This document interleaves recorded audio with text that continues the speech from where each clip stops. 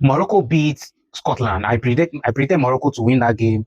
If you listen to my pre-match analysis after they dropped their lineup, Scotland was set up to play a back five to neutralize the transition threat of Morocco on the counter attack, but it did not work out well, and Scotland did not get going in that first half. Morocco dominated the match. They suffocated Scotland. They had no shot on target in the first half. They were just there for the taking. And now the dynamism run of Saibali, Canoes, and Elenawi, Buhari in the midfield pieces the Scottish defense in the first minute, and Saibali with a fantastic shot, scored the goal. And Scotland, Morocco won the match. Although Scotland came back stronger in the second half. And I've noticed one thing about Morocco. It seems they put more of their energy to play very well in the first half and go into their shell in the second half. They don't really like have that kind of performance they normally have in the first half of games in the World Cup in the second half. And Scotland dominated in the game in the second half, and Morocco was very passive. And another thing I noticed was Brahim Diaz was a bit selfish. There was this chance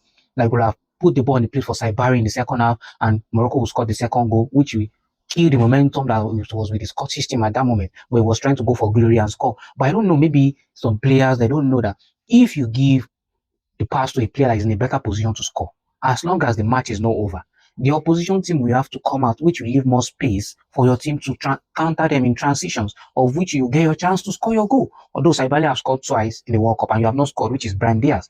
Put the ball on the plate for him. It just remind me of my Trossard chance against Manchester City in 2023-2024 season. Trossard had that chance. Instead of to put the ball on the plate for Martinelli at the ETR Stadium, and Arsenal win the game 1-0. But did not put the ball on the plate. And Arsenal drew that game and City won the title. Moments like that decide matches. Moments like that decide titles. So Brian Diaz should have put the ball on the plate for Saibari to score the second goal and kill off the momentum with the Scottish team. Imagine Scotland scored a equalizer in the 98th minute. Imagine. Could have been a two draws for Morocco in two games, and Scotland will have 4 points. So moment like that, we need to put the team first before your own going for your own glory. Like, okay, you want to score at the World Cup, this is your first World Cup, you want to score in the World Cup. No, put the ball on the plate for a player that is in a better position, not being going for glory or being selfish. So good one for Morocco, and I'll be looking forward to their next match. And I see them beating Haiti, gaining 7 points in that group.